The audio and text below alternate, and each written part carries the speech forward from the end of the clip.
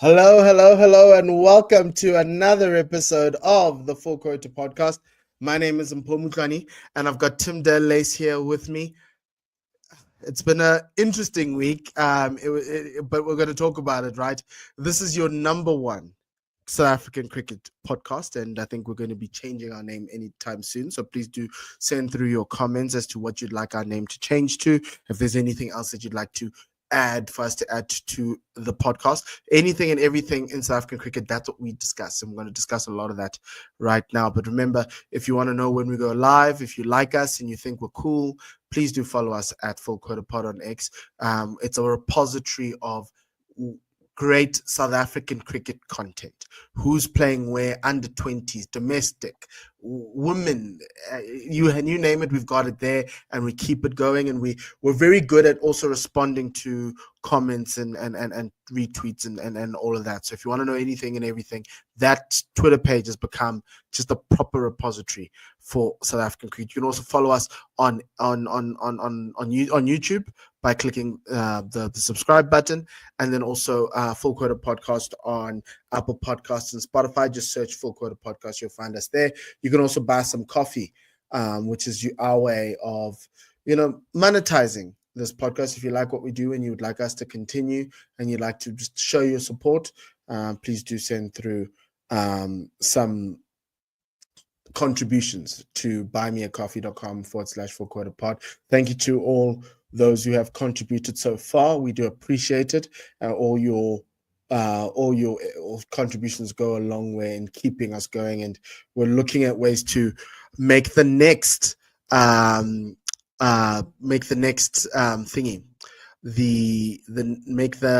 next season even better than this one. We've got a lot of SA20 content. You saw that the SA20 is now starting on Boxing Day, which means we're going to be in front of our laptops on Boxing Day or in and around December when we normally take a break. So it's going to be interesting, but we'll try. We'll figure out what we do with SA20. We're not big fans of T20, but we know how important it is for South Africans. So we're gonna give it a shot, right? Give it a massive shot, right? Give it the digital way we need to do so. But we always do give you SA20 content who we need to watch out for and all of that. So we're going to be doing that as the year goes along. But we're not here to talk about SA20. We're here to talk about the Zimbabwe series. But what's overshadowing the Zimbabwe series is why a certain Wiaan Mulder decided to declare on 367. And I like the fact that we're doing it now. Obviously, everyone was hot on the collar because my Monday was perfect, Tim, right? My Monday was perfect. I watched the start of the morning session, and we're all sitting there going, okay, what's going on? I thought he would declare around about just before hash. I said, if this doesn't matter to you, you declare around hash. But he continued, and even that 4 to go to 312. I was like, yes, Wiaan, this is a man who wants it all. And I'm like, this is the man we've been wanting. This type of attitude, this go get it attitude. I don't care. This is what it is. Then obviously he didn't get to 400 largely because Kyle just hogged the strike and scored his 42 runs. I'm not bemoaning Kyle. Kyle, you know my thing with you, right? You scored the winning runs. That's all that matters. But had you just gone for a single, allow Wiaan to, do his thing, we wouldn't be in this situation because he would have crossed 400 and then he would have said we wanted to bowl. So we get to lunch, and so I'm like, okay, cool, let me do my errands. We're going to see history happen, right? Because in my head, we've had Test cricket for over 170 years. Test cricket's been played for as long as, I can remember, but as long as the last century and the century before that was long, right? Since 1880, whatever it is, Scotland, England, whatever that is. And there's been thousands and thousands and thousands of people who have donned test whites and gone out to bat. And as Wiaan was ticking off the global records, now he's the top 10. He's now in the top 7, top 6, now he's obviously in the top 5. It dawned on me that this feat in itself, regardless of opposition, is so hard to get there. That if you do get a chance, you have to go for it. Because it's not about the opposition or the weight of Test cricket or this thing. It's about the fact that you batted for over a day and a half, for over 2 days, for over 10 hours trying to get this. And you did not make a mistake. Matthew Hayden's 380 wasn't a not out. He lost his wicket. Right? So he didn't have the opportunity to go to 400. Right? So too Mahela and all the guys below. I think one of them was a not out. But I remember one of the Mahela ones was when they were putting South Africa into the ground. Like ground, like 800, right? And so I sat there going, by the virtue of the fact that you're here, it's a marathon effort. People get cramps, their hands get cramps, everything happens, and you are here. And I get the idea that no, but it's Zimbabwe, the opposition is not great. There have been worse bowling attacks in the history of international cricket. And even those teams, the Sachins and all of those people could not get here. But again, I sit here going, why declare? And then you tell us, no, let the legends have their records. Does that mean you don't think of yourself that you could ever get to that level, that legendary level? You already did it. I think, Tim, and I'm going to leave it at this, I think, and I will talk about what it means. But Michael Jordan said this. Michael Jordan said, every time he gets on the court, he gives it his 100%. He doesn't want to deal with politics. He doesn't want to play with all these other things because fundamentally, that's what the game requires. That's a respect that the game requires. I understand the English are sitting here on some humility, on some, oh, he did well. He shouldn't have broken the record. He did well. Alistair Cook was like, no, he would have retired at 395. I'm like, no, dude.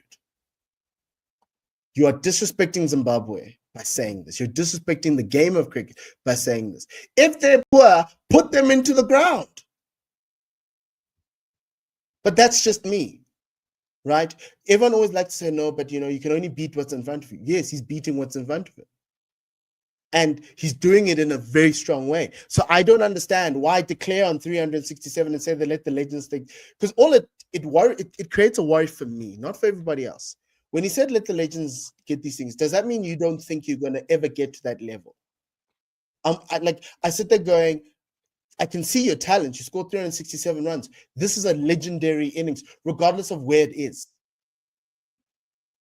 Right?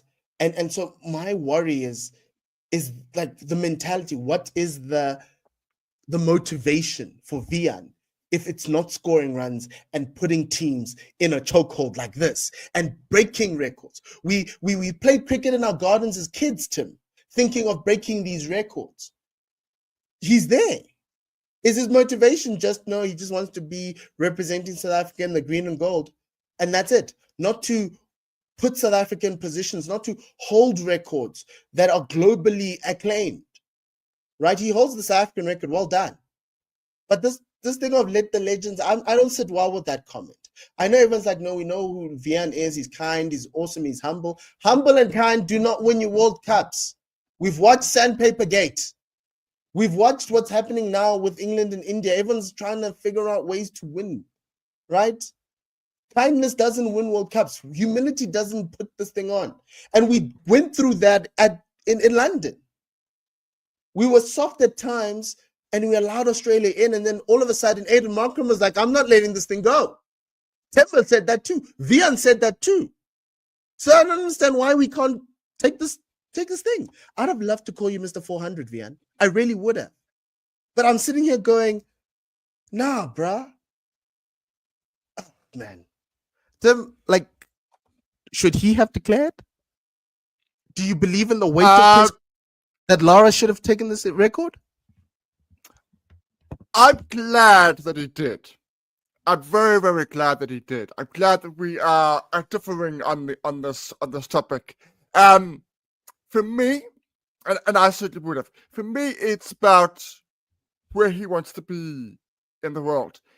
Who talks about Justin Langer's 380? It's the highest by an Australian, but who actually talks about that? Nobody talks about that in the context of Justin Langer? Nobody.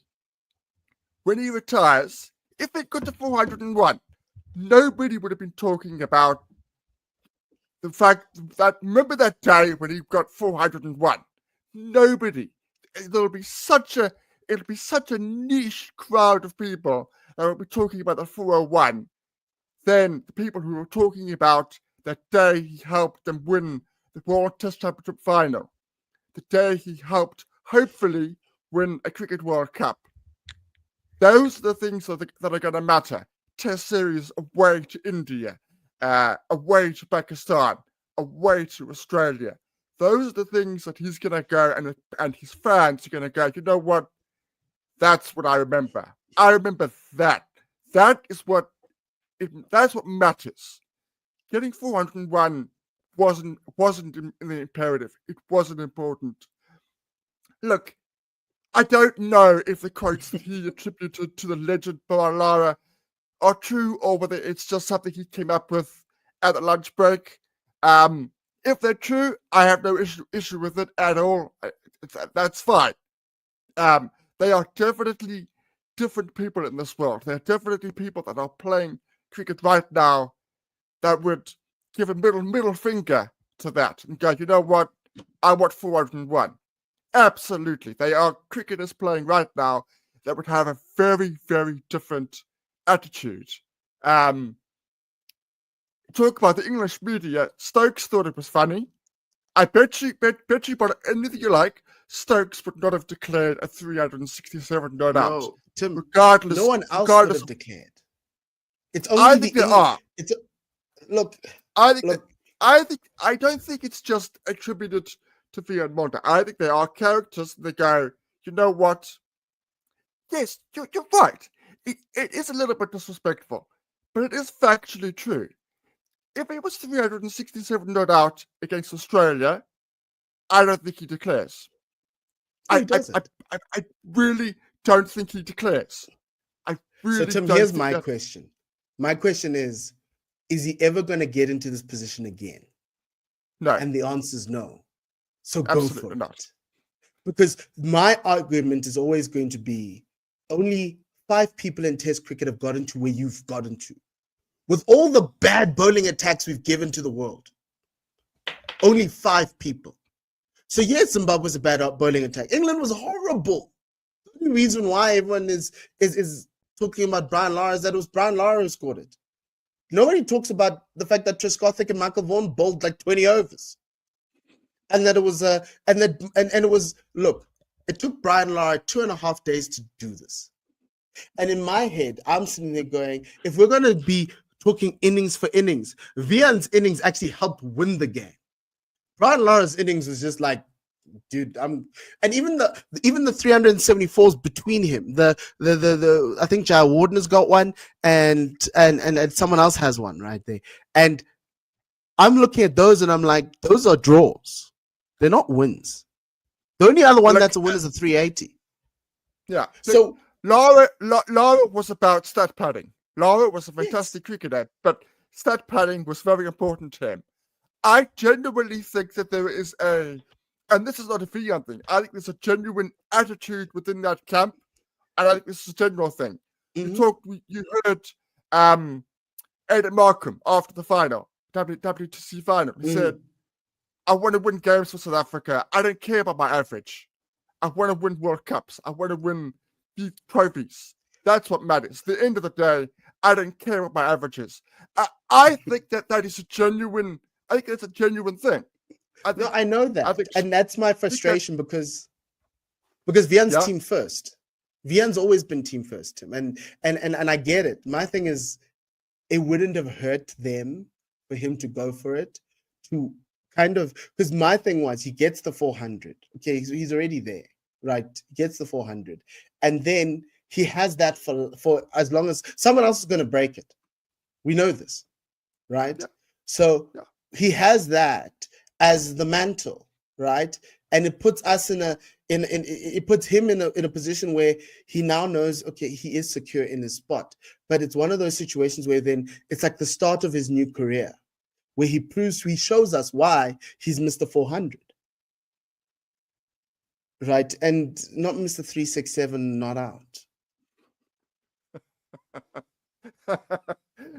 The only comfort I could give to you is, let's say he's 367 not out, and there's still 45 minutes to lunch. I don't think he necessarily declares. I think the whole coming off the field, having time to think, having time to reassess, have a bit of something to eat, something to drink. He thought, you know what, we don't need to go out there.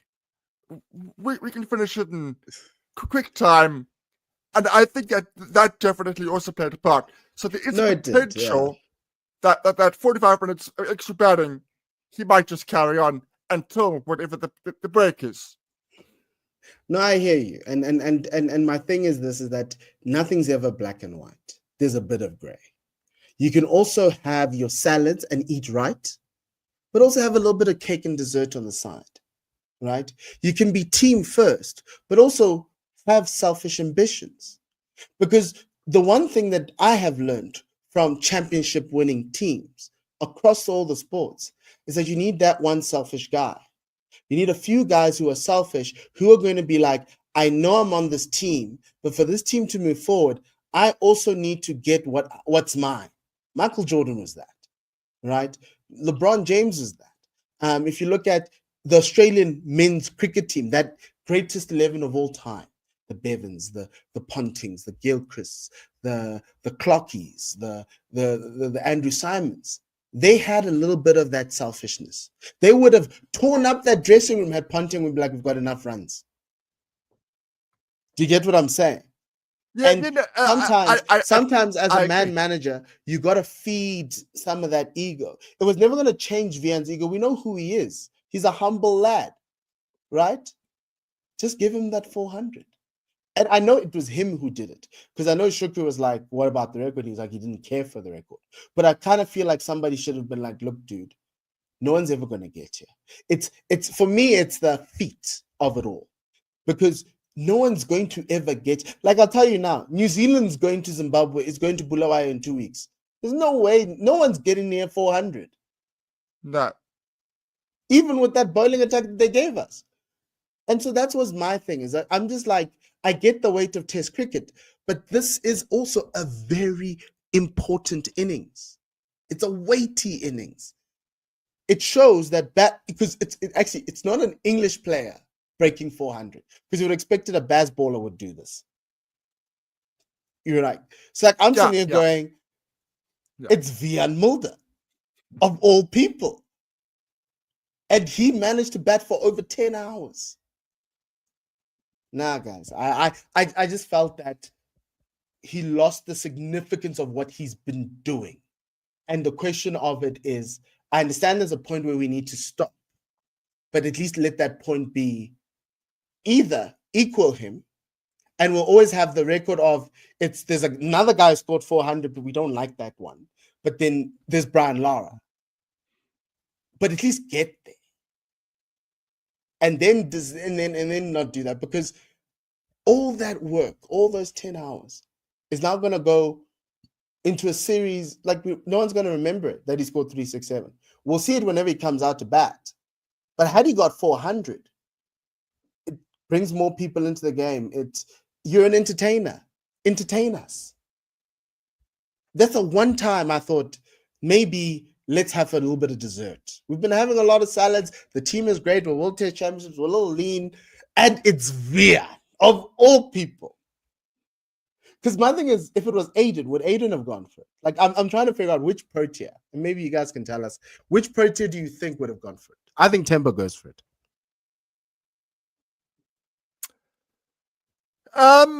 That's a difficult one. Yeah, he probably does.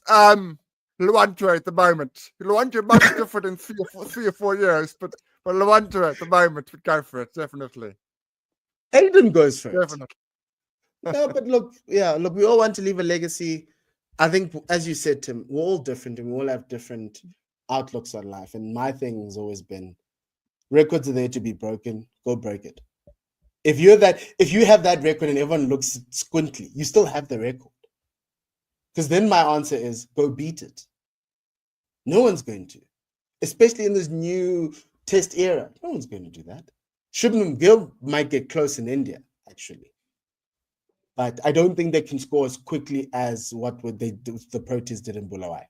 Unless if India decide to invite Zimbabwe and then something might happen. But even then, it's disrespectful. India have played Zimbabwe and no one's gotten close.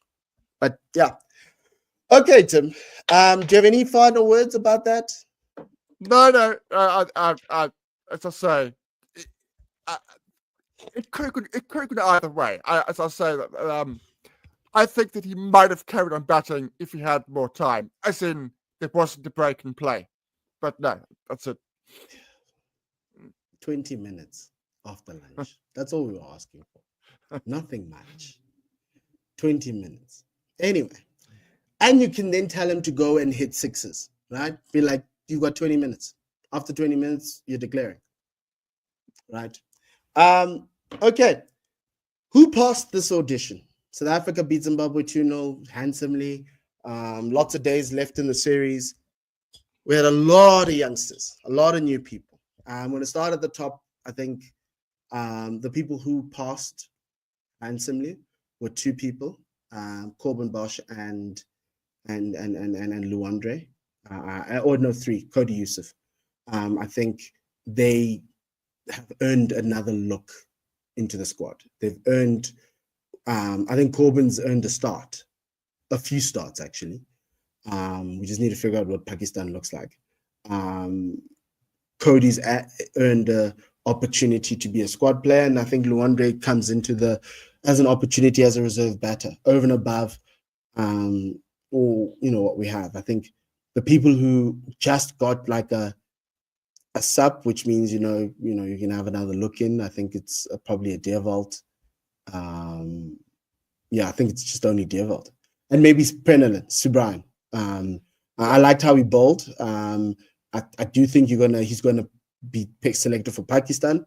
But like you could see he's his advertiser. I just feel like the test match didn't give him enough time to take wickets because our pacers are pacing. And the ones who I'm going to sit and go, might need at the back of the line, I felt for Sinokwane, like one innings, 3 runs, and that's it. That was tough. Matthew Bretsky, also very tough. And Kwena, I think Kwena needs to go back and kind of work on his game and find himself. What do you think, Tim? No, I agree. Of those three that need to really have a look at where the game's going. I'm not worried about Kwena, but you're right. Kwena definitely did not hit the straps that I thought that he was going to. I thought this was going to be an ideal sort of preparation for him leading up to our domestic summer coming up in a couple of months. So I was from that perspective a little bit disappointed, but not worried. It's very hard to be critical of Bretsky and Sinokwane when you've just really had one go, really.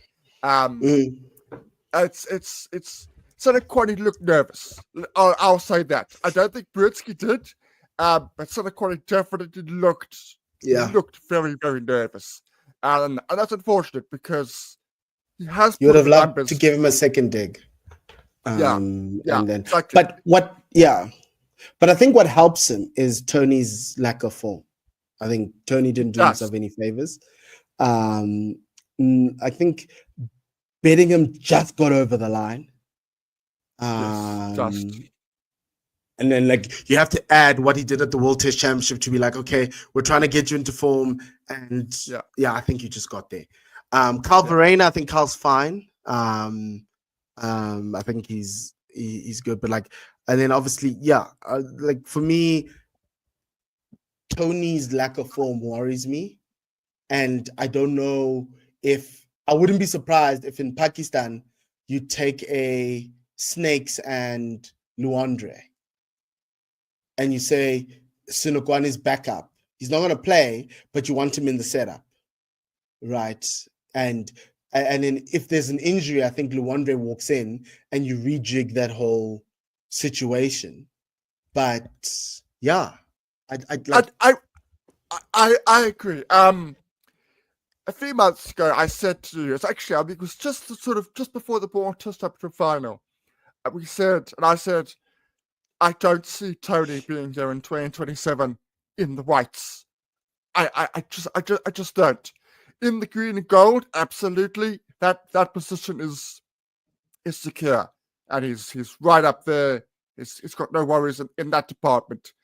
But I'm genuine questions around his feasibility long term in terms of the test format. He doesn't look. It looks very easy to get him out at the moment. He seems to be fishing a lot. Yeah, look, I think if there's a little bit of bounce, because my question is like with his dismissals, right? Obviously they're outside off, but the ball's got no way. It's going nowhere near the stumps. It's bouncing over the stumps. So like I'm sitting there going, is there no way to do that whole wide leave that Steve Smith does, right? On length, right? Because I know the line is fine. I get the line. But I also do think he's trying to score like that little back foot little slice. He's caught between the two because he wants to be positive, because Shukri wants us all to be sort of front foot, looking for runs, not getting tied down. So I get that. But he's got to find a balance. You've got to, early on, you've got to get to say, you know what, first 15 balls, if I got 3 runs, I got 3 runs. The point is, I know what my off stump is. And at the moment, he doesn't seem to know where his off stump is. Well, he knows. He thinks his off stump's all the way up to his midriff. That's my thing. Because I'm sitting there going, dude, those ones we leave. And I get it. Because the thing was, it wasn't wide enough for you to cut it, but I get it was a bad ball. Like I sit there going, you should be scoring off of those balls. That's just not the shot. You know, and so the question for me is, do you give him another chance? Do you send him back to?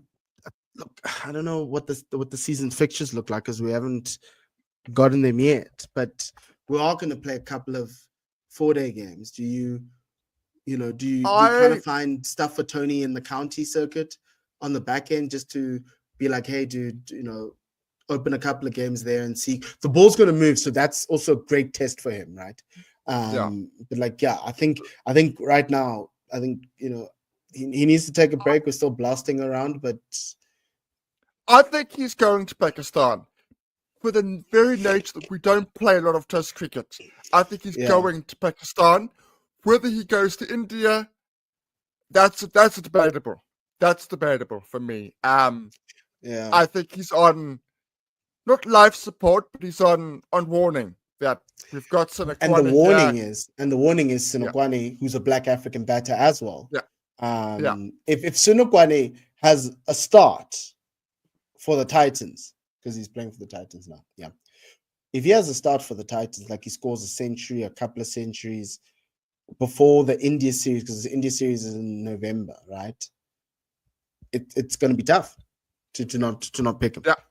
Right. It's literally it's 1 innings. It's the most unfair way to judge a young batter, right? And then that kind of system, like, then why did we play Bretska in the first place? You should just let Snakes play both games and see what we have in there. But quite right. Cool. I think we've necessarily covered the auditions, right? One last thing that we need to have a look at, Tim, just going through there, is the bowling. It's the bowling, and obviously, that includes Subrian, and just a little look at the T20 series, right? Corbin Bosch has done enough for him to start, even at home. So I look at India and understand we might need to take 2 spinners, right? Corbin Bosch has done enough to be, if we take 3 seamers, if it's a Bumrah-friendly pitch, right? And we figure out that we need... No. So he does... In Pakistan, he'll definitely play, because I think we'll go with 4 seamers and 1 spinner, somewhere along the line in Pakistan. Yeah. Pakistan's... Pakistan So Corbin's a starter. Yeah, you can tell me Pakistan. Lungi, you can tell me all these things. I think Corbin's earned enough. It's not much of a drop down between him and Lungi from a bowling perspective to kind of nullify what he does with the bat. And that for me is and I think Corbin's in. Squad player, he's a test player. And to the point where I'm looking at Gerald and Nandre and being like, yeah, fine, it's okay, guys. You guys can do whatever you want. You're going to have to do a lot to get into the side. Right, because you've got Wiaan, and then Corbin as a third bowler, I think he's very good behind Kagiso and Marco. And I think this is what Shukri wants. Shukri wants, once you're in, I'm going to give you a nice long run in. I'm going to keep you a little bit longer than perhaps other people would, but that's to build a trust. Mm-hmm. So I think that Corbin is going to get a longer run in now, because he is performing in whatever shirt he puts on. So I think that's going to work in his favor. I think he definitely plays. And as you say, I think particularly Gerald is just going to have to wait his turn. Injuries are part of life, and at the moment, the flavor of the month is Corbin, and he's doing the business. Mm. Yep, and that's what we want. But on the other side, right, there's Prenell and Subrayan. Obviously, we've spoken about Cody Yusuf, and I think earlier on we said Cody's a squad player. Cody goes, right? So in all the bowlers that you take, it's between Cody and Lungi, and I think Lungi gets in, but Cody's the next in line, right? And Cody's different because Cody's a lot skiddier. Right, I know sticker to cricket thingy. The sticker to cricket guys were talking about India and England, and like England are these tall guys who just hit the deck, and India these short guys who just skid it on. That's what Cody is. I'm not saying he's short, but he's skiddy. Yes. And so I like that little difference there. So I think even above Gwen, I think Cody's just in front of the line. It's Lungi next. It's Cody. And I think Cody's going to get a lot of opportunities playing Test cricket. But yeah, he's going to take a lot of wickets for the Lions while he waits. But yeah. Brian, we were looking for an off spinner. The only other off spinner I know who's good enough is Dane Pete. Has he done enough for us not to pick Dane Pete to go? I think Prenell has done enough. I think, I think the Dane Pete situation is a little bit strange. I would have expected him to at least be within the talking, but maybe he's decided that to move on. But Prenell, I've always been a fan of his. I've always said that, look, domestically he's doing it. If you're picking, for example, Sean van Berg at the beginning of 2024, rightly so, because domestically he was doing it. Prenell is the next guy. Prenell is the next. I'm talking about spinners here, not necessarily leg spinners. He's been doing it. He's gone for a couple of A tours, performed there. I think it's what you said. I think it's unfortunate that the pace bowlers had so much joy in the second innings, because I think he would have liked to have had a few more overs in the second innings. But he did show that first innings that variety that he has. He does have a nice variety of changes in pace, decent tip. So the ball comes on, again, it's a spinner, the ball comes on quicker, gives the batsman less time. I like him. I'm a big fan of Prenell. No, same here. I just think from an opportunity perspective, I think he was always going to go, like Shukri did say he's going to Pakistan, right? So we know that he's going there. It was just bringing him into the squad, giving him a debut, and, don't be a Bashir of it all. Like, England are persisting with a guy who, everyone wants Liam Dawson, but we're all sitting there going, ooh, yeah, it's a tough conversation there. But I get you. Like, you can see that this man's been playing cricket professional cricket for a very long time. He looked comfortable in the situation, and he bowled really. I thought he bowled well. I just, there's many other things with Brendan, with Brian that we can talk about, and we're not going to do that here.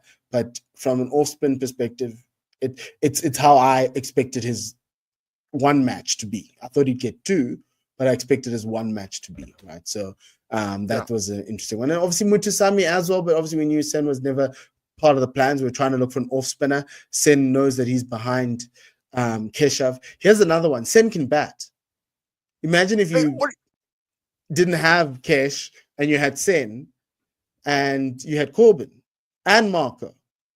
You'd be in the business from a batting perspective, but I don't know how that works. Yeah, look, I think you summed it up well last week, where exactly Sen is. Sen is not a frontline spinner in the Shukri thinking. He is a all-rounder whose batting will be important in certain opportunities. That's kind of his role. He's also would be too much of the same of Keshav. They wanted a difference maker. We don't really have a quality leg spinner at the moment, so the next option was going to be the off spinner, and that obviously makes you need to have something that's different to Keshav. That's the thing. You need to have something different. Yeah, and Sen is the guy you play when you want to go all pace.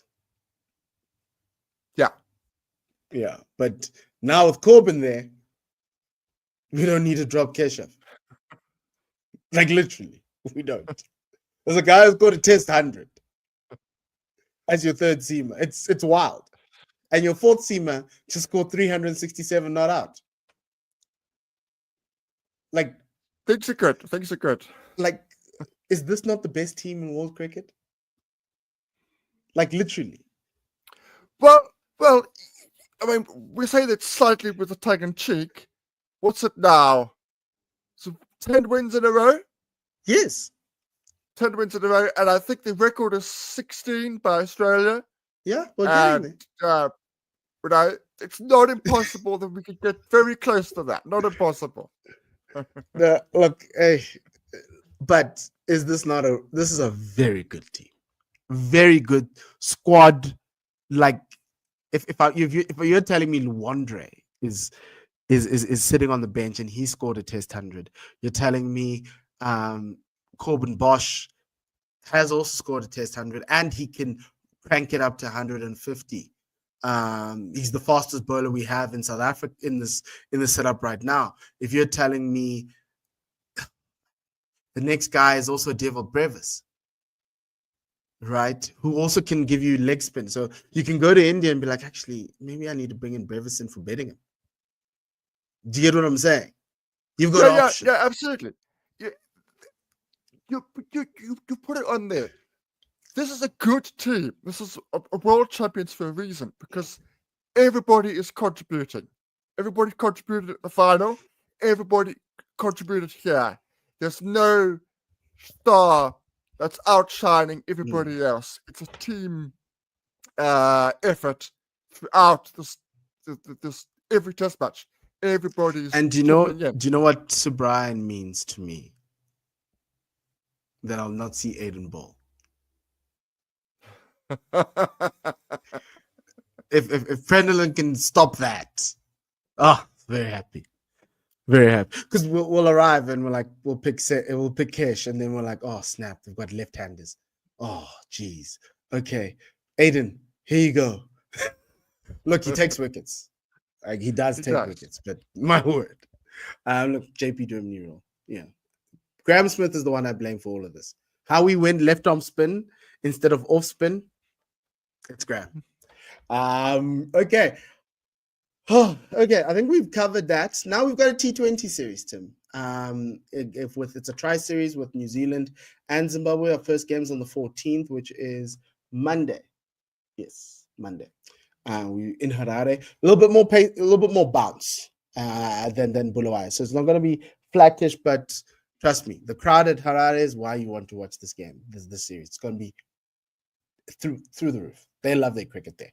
So Our T20 squad, got it on the screen. It's Rassie captaining the squad with Corbin Bosch, Brevis, Berger, Coetzee coming back into the fold, Reza Hendricks coming back in, Ruben Herman getting an opportunity, George Linder also coming in as another left-arm spinner.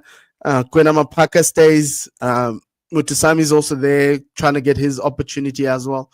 Lungingiti comes back in, Ngabayomzi Peter, as well as Luandre and Andile.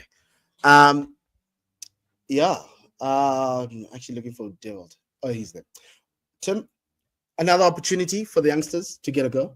I do think you're going to get an 11 with Luandre, Devalt, Rassie, probably Reza and Luandre will probably open. And then you're probably going to get Rassie at 3, Devalt at 4, maybe Ruben Herman at 5. And then you do that. You work through. Obviously, remember Ruben Herman also played. I think there was a stat I used to say he's the highest strike rate of anybody in the Mark Boucher era because he had a strike rate of 160 because he played against Pakistan. He never played again. And so no, wait, it's not him. It's Wiaan Mulder, not Ruben Herman. Wiaan Mulder, but Wiaan's not here.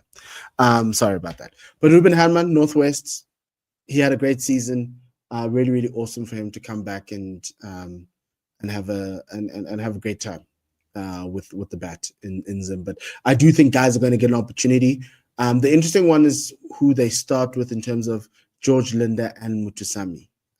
They'll give an indication where Shukri's trying to go.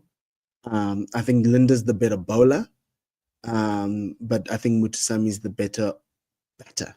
But George Linder in this format, it's very slight, very, very slight, the differences between the two of them. So for me, that's where I'm looking at.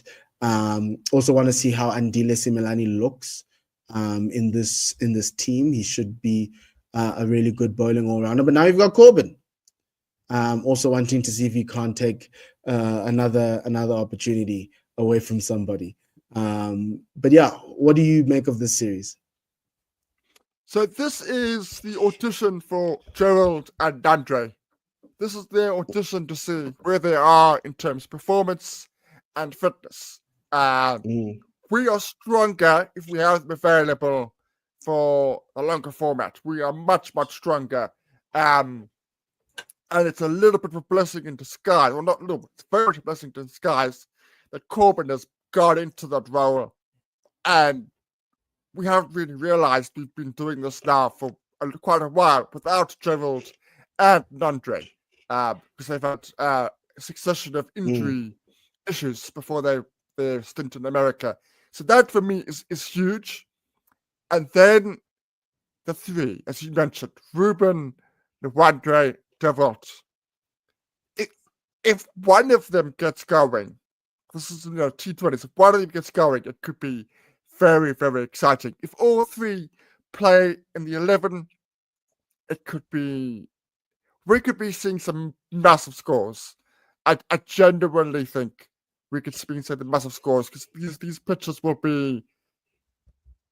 These will be good T20 wickets. Let's put it that way. Nice and true, consistent bounce. There won't be any gremlins. The ball will carry through nicely, and it'll be just the sort of surface that the three of those lads playing up north like facing, like playing against. So that'll be huge. And then you're right. I think I hope that Simelane gets a good run in here as well. So yes, it's the youngsters for me. It's the youngsters, as you said, but I definitely got one eye on Andre and Joel to see where they are in terms of performance. Do you want wickets from a Simelane, or do you want runs from him? Lower order runs, power hitting. Yeah, that's interesting. That's a tricky one because if Ruben, Luandre and Brevis are coming off, I'm not going to need runs. So I'm probably going to go wickets. In terms of there's a lot of options for us. There's a lot of options for us in the batting. I think potentially, particularly if one of Gerald and Andre isn't 100%, we could do with a few wickets. We could do with a guy that comes in, gets 2 for 20 in 2 overs. Doesn't matter about the runs as long as he gets wickets. So I think I prefer him get wickets. Look, if I look at the bowling lineup, right, because we've got 4 games, Tim. So I'm thinking you're probably going to have to do it in pods. But the only person so you're going to have to do it in like pods, right? So you might have Gerald, Nandre, and Andile together as your 3 seamers. And you're going to have Lungi, Kwena, and Corbin as your other 3. Along with obviously the spinners that you have, obviously Ngaba, Peter and Linda and Mutusami, and maybe do the same thing, right? Play Linda with a Lungi and a Kwena, and play Mutusami with a Nandre and a Gerald, right? And then you figure it out from there, right? But fundamentally, that's how I see it, because you got 4 games. You're going to give everyone two games each, and you kind of do it in pods and see how it works. Because I know Gerald and Nandre could bowl well together, and I know Corbin would do well with a Lungi and an Andile or whatever it is, a Lungi and a Kwena, right? You still have pace on pace, and you've also got a little bit of control. And so that's how I would do it. I'd split it up and have 2 teams from a bowling perspective. Batting perspective, yeah, I think we've got enough batters. I'm trying to see if there's a reason. Yeah, I think we've got enough batters. There might be someone sitting on the bench. Who's sitting on the bench? 1, 2, no, 3, 4, 5 with Luandre. I don't think a lot of people are going to be sitting on the bench. That's interesting. No. We don't have 6 batters. Yeah. It's obviously the Mutusamis and the Lindas might be cover, I think, but I think you play all 5: Riza, Rassi, Luandre, Deervalt, and Ruben. And then, yeah, it's interesting that you don't have like a guy like a Matthew Bretsky in here. It's also very fascinating. That is a slight surprise. That is a slight surprise. I had to double check that was the case. I wonder if this is something we haven't discussed, a shootout between Rossi and Riza. I wonder, I don't have any news on this. This is not something I've heard. This is just an opinion. Whether Shukri's gone, I'm taking one of you to the World Cup. Because we have got Rivers, Luandre, Ruben, Markram, Kyle, etc. I don't need Rossi and Riza. I don't need the both of you. So one of you is going to miss out effectively in the next T20 World Cup. One of you is going to miss out. This is your audition. I wonder if that's partly in the thinking. Yeah. No, so yeah, I'm with you. I think we're looking to the future. This is the future. This is what this team might look like at the next T20 World Cup, actually. Outside of Riza, might be an Aiden in there, and Rix comes in, Verena Carl, we're not sure. But Rix comes into this team, David Miller comes into this team, and now these guys are fighting for the other 3 spots, right? The other 2-3 spots. So I think it's going to be good. It's going to be exciting. And you get to see these guys in their element. And New Zealand's a very good team. And Rob Bolter's going to get the surprise of his life. When Zimbabwe have strengthened. Zimbabwe Yes. have got Richard Nicarava's back. Sikandar Raza's there. Ryan Burrell's back. So they're a much stronger team when they play the white ball stuff. They're much stronger. Yeah. Okay, Tim. South Africa play the 4 matches over the next 2 weeks, and hopefully they get into the final, and there'll be a 5th match, and then we'll get to see who he thinks is the strongest team and who that's the 11 he's going for.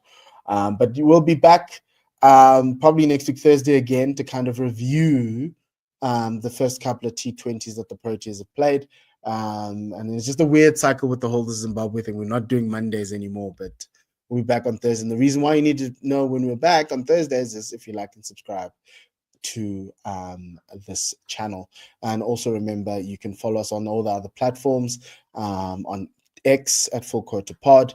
Subscribe to the Apple Podcast and Spotify for the audio version. And remember, also, you can still buy some coffee as well to support us in this endeavor. We're thankful to all the contributions received right now and the community we're building. And thank you very much for that. And finally, we have an email address. You can email us at sacricketpod@gmail.com. It's a soft launch, very, very soft launch of the name of the podcast, because I think one of us has agreed, but the other's kind of happy with the name anyway.